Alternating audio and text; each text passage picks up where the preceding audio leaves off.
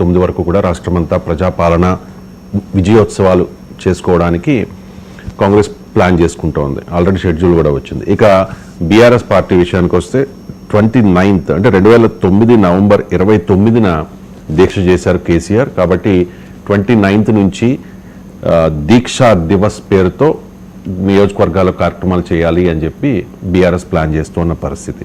So ఏంటి sir ఈ పోటాపోటీ దివస్లు? అంటే రాజకీయాలు అంటేనే పోటాపోటీ, ప్రజాస్వామ్యంలో పోటాపోటీ. పాలిటిక్స్ ఇది మ్యాచ్, ఇదే మ్యాచ్ అనేది ఆ మ్యాచ్ స్పిరిట్తోనే ఆడాలి. వాస్తవంగా భారతీయ జనతా పార్టీకి బ్రహ్మాండంగా మ్యాచ్ ఆడే అవకాశం ఉంది, కానీ వాళ్ళు ఇంకా ఎందుకో వారు మేల్కొంటలేదు ఇంకా పూర్తిగా. కనీసం రాష్ట్ర అధ్యక్షుడిని నియమించుకోవడంలో కూడా పరిస్థితిలో 35% ఓటింగ్ వచ్చే పార్లమెంట్ ఎన్నికల్లో వాళ్ళు దాదాపు స్తబ్దత ఉన్నారు. ఈవెన్ శాసనసభలో కానీ బయట కానీ ఆ ఎఫెక్టివ్ అపోజిషన్ స్పేస్ను వాళ్ళు క్యాప్చర్ చేయలేకపోతున్నారు. అది బీఆర్ఎస్కి ఒక బ్రహ్మాండమైన అవకాశాన్ని ఇచ్చింది. వాస్తవంగా బీఆర్ఎస్ చావు దెబ్బతిన్నది. 2 ఎన్నికల తర్వాత సమ్మెటపోటు మీద సమ్మెటపోటు. మీకు అసెంబ్లీ ఎన్నికల్లో 10% ఓటింగ్ తగ్గితే మీకు లోక్సభ ఎన్నికలకు వచ్చే వరకు మరో 20% తగ్గింది.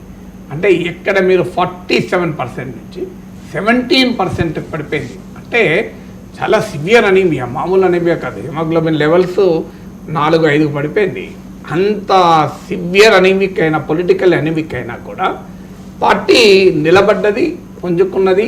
ఇప్పుడు పార్టీ కొట్లాడుతోంది, కొట్లాడకు సిద్ధపడుతోంది కూడా.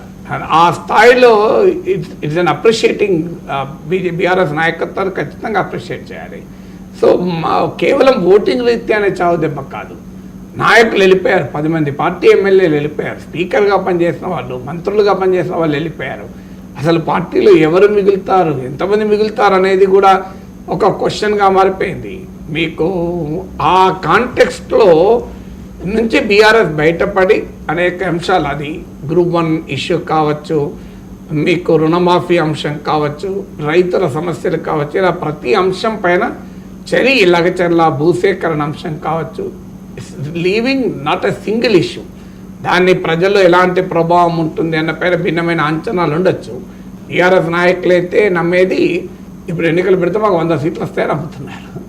కేసీఆర్ అయితే వాళ్ళు చెప్తున్నారు ఏమైపోయింది, ఇక మనకు 10 ఏళ్లలో వచ్చింది ఈ వ్యతిరేకత రావడానికి, కాంగ్రెస్ పార్టీ 10 నెలల్లోనే వచ్చేసింది, మీరు భరోసాగా ఉండండి, మనం ఎప్పుడు ఎన్నికలు పెట్టినా గెలుస్తాం, అధికారం వస్తుంది అనే విశ్వాసాన్ని కేసీఆర్ కల్పిస్తున్నాడు. బీఆర్ఎస్ నాయకులు కూడా భావిస్తున్నారు. నేను చాలామంది బీఆర్ఎస్ ఎమ్మెల్యేలతో మాట్లాడితే అదొక వాళ్ళలో కాన్ఫిడెన్స్ వచ్చేసింది. అది గ్రౌండ్ లెవెల్లో ఆ సిచ్యువేషన్ ఉందా లేదా అనే దానిపైన భిన్న అంచనాలు ఉండొచ్చు. కానీ బీఆర్ఎస్ నమ్మేది గ్రౌండ్ లెవెల్లో పెద్ద ఎత్తున కాంగ్రెస్ పట్ల వ్యతిరేకత పెరుగుతుంది, అది మాకు అది అనుకూలంగా మారుతుంది. కాంగ్రెస్ పట్ల వ్యతిరేకత పెరిగి బీజేపీ దూకుడుగా లేదు, అపోజిషన్ స్పేస్లో లేదు కనుక ఇది తమకు అడ్వాంటేజ్గా మారుతుంది అని బీఆర్ఎస్ బాగా నమ్ముతుంది. అది గ్రౌండ్ లెవెల్లో తమకు అనుకూలంగా మారిపోతుంది.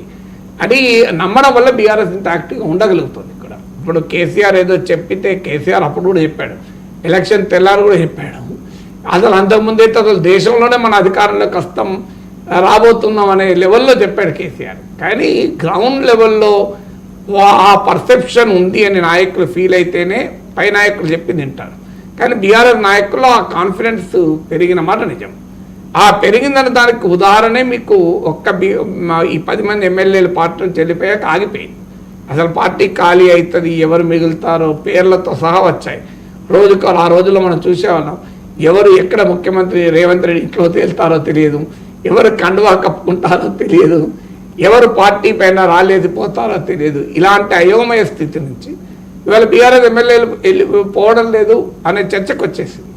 సో అందువల్ల ఖచ్చితంగా బీఆర్ఎస్ నాయకత్వం ఆ రకంగా పార్టీని యాక్టివ్గా కలిగింది, ఆ డివిడెండ్ పొందగలుగుతుంది. అందుకు ఉదాహరణ మీకు ఖమ్మం, నల్గొండ, వరంగల్ గ్రాడ్యుయేట్ కాన్స్టిట్యూషన్ ఎన్నికలకు ఉదాహరణ. ఖమ్మం, నల్గొండ, వరంగల్లో స్వీప్ కాంగ్రెస్ పార్టీ మామూలు మెజార్టీలతో కాదు, చాలా పవర్ఫుల్గా స్వీప్ అయింది. కానీ అక్కడ అసలు మీకు బీఆర్ఎస్ దెబ్బతిన్నదే urban educated, middle class, unemployed, employee section, వీళ్ళంతా బీఆర్ఎస్ ఓటేలే అసెంబ్లీ ఎన్నికల్లో. కానీ ఆ సెక్షన్స్ ఓటర్లుగా ఉన్న గ్రాడ్యుయేట్ కాన్ఫరెన్స్లో బీఆర్ఎస్ అభ్యర్థి రాకేష్ రెడ్డి 1,00,000 పైగా ఓట్లు తెచ్చుకోగలిగాడు. కాంగ్రెస్ పార్టీ అభ్యర్థిని గెలిపించడానికి పెద్ద తంటాలు కాంగ్రెస్ పార్టీ పడాల్సి వచ్చింది. సో అందువల్ల అంతటి గ్రాడ్యుయేట్ కాన్స్టిట్యున్సీ ఎలక్షన్లో ఓటింగ్ కూడా బీఆర్ఎస్లో కాన్ఫిడెన్స్ నింపింది. 1,00,000 పైగా ఓట్లు వస్తాయని ఎవరు అనుకోలేదు. భారతీయ జనతా పార్టీ అభ్యర్థి డీలా పడిపోయాడు. సో ఇవన్నీ ఫ్యాక్టర్స్ కనబడుతుంది కనుక దీన్ని మరింతగా ఇంటెన్సిఫై చేస్తారు. బహుశా జనవరిలో ఎప్పుడో కేసీఆర్ అప్రాపరేట్ మూమెంట్ చూసుకొని దిగుతారు రంగంలోకి. సో కేసీఆర్ తుఫాన్ రాకముందు వీళ్ళు మొత్తం అన్ని ఏర్పాట్లు చేసే పనిలో పడ్డారు. అందువల్ల పోటాపోటీ దివస్లే కాదు, మీకు తెలంగాణ తల్లి విగ్రహాన్ని కూడా పోటాపోటీగా లాంచ్ చేస్తున్నారు. సెక్రటరియట్ వద్ద తెలంగాణ తల్లి విగ్రహాన్ని కాంగ్రెస్ ప్రభుత్వం లాంచ్ చేస్తే మేడ్చల్ వద్ద బీఆర్ఎస్ కూడా లాంచ్ చేస్తుంది. అందువల్ల ఈ దీక్షా దివస్ ద్వారా పార్టీలో మరింత విశ్వాసాన్ని కల్పించేటువంటి పనిలో బీఆర్ఎస్ పడింది.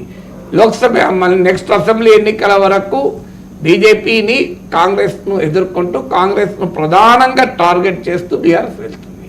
తర్వాత ఏం జరుగుతుంది అనేది రాజకీయ పరిణామాలను ఇప్పుడే అంచనా వేయలేము. కానీ అపోజిషన్ స్పేస్లో తన స్టాండింగ్ను ఫర్మ్గా పెట్టుకోవటానికి కాంగ్రెస్ పార్టీ పైన ఏమాత్రం అసంతృప్తి ఏ సెక్షన్లో ఏ ప్రాంతాల్లో కలిగినా దాన్ని సొమ్ము చేసుకోవడానికి సర్వశక్తులు ఒడ్డడానికి బీఆర్ఎస్ సిద్ధపడుతుంది అనేది మాత్రం ఈ పరిణామాలు తెలియజేస్తుంది. సరిగ్గా కేటీఆర్ అరెస్ట్ కాబోతూ ఉన్నారు అనే చర్చ గత కొంత